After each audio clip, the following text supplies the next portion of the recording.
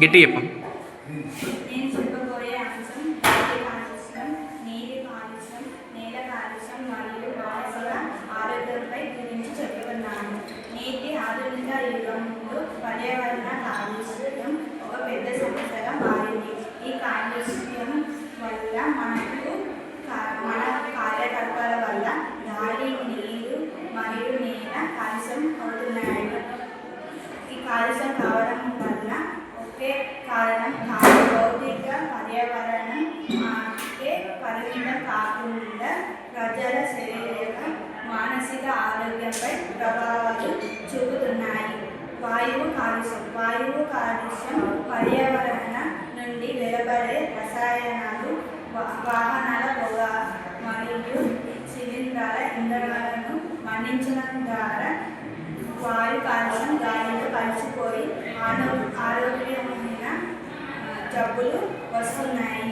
వీటి వల్ల శ్వాసకోశ సమస్యలు, క్యాన్సర్ వంటి వ్యాధులు వస్తున్నాయి. నీటి కాలుష్యం పరిశ్రమ వ్యర్థాల నుండి మురుగునీరు మరియు వ్యవసాయ రసాయనాలు నేలపై, నదులను, చెరువులు, సముద్రాలు కలిసిపోవడం వల్ల నీటి కాలుష్యం జరుగుతుంది.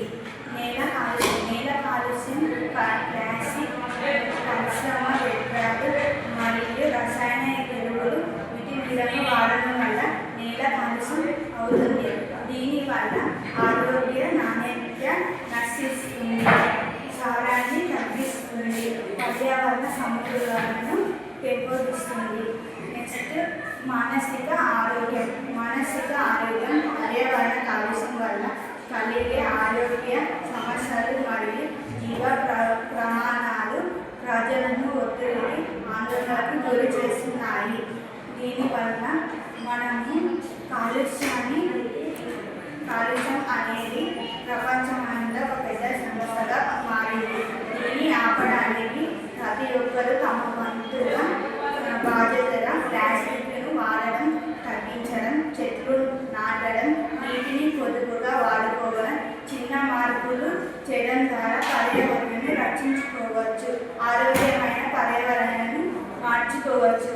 భవిష్యత్తులో రాబోయే తరాలకు మన మంచి భూమిని కాపాడుకోవాల్సిన అవసరం మనందరిపై ఉంది. Thank you.